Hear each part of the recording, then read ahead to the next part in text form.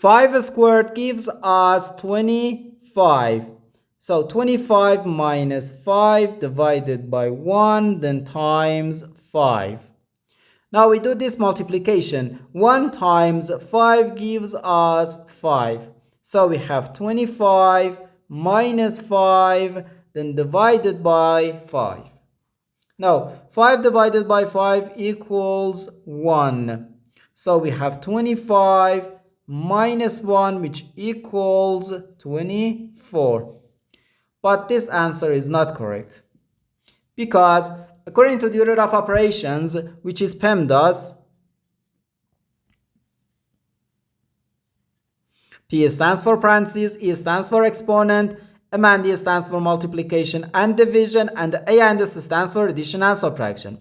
First we have to do parentheses, then exponent, then multiplication or division, and finally addition or subtraction. Remember that multiplication and division have equal priority and we have to work from left to right. And the same applies to addition and subtraction. In this expression, we have one exponent, one subtraction, one division, and one multiplication. According to the PEMDAS, first we have to do this exponent, then this division, then this multiplication, and finally this subtraction.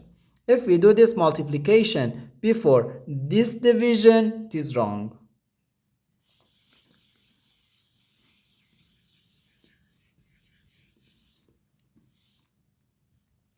So first we have to do this exponent. 5 squared gives us 25. So we have 25 minus 5 divided by 1, then times 5. Now we have one subtraction, one division, and one multiplication. According to the PEMDAS, multiplication and division have higher priority than subtraction.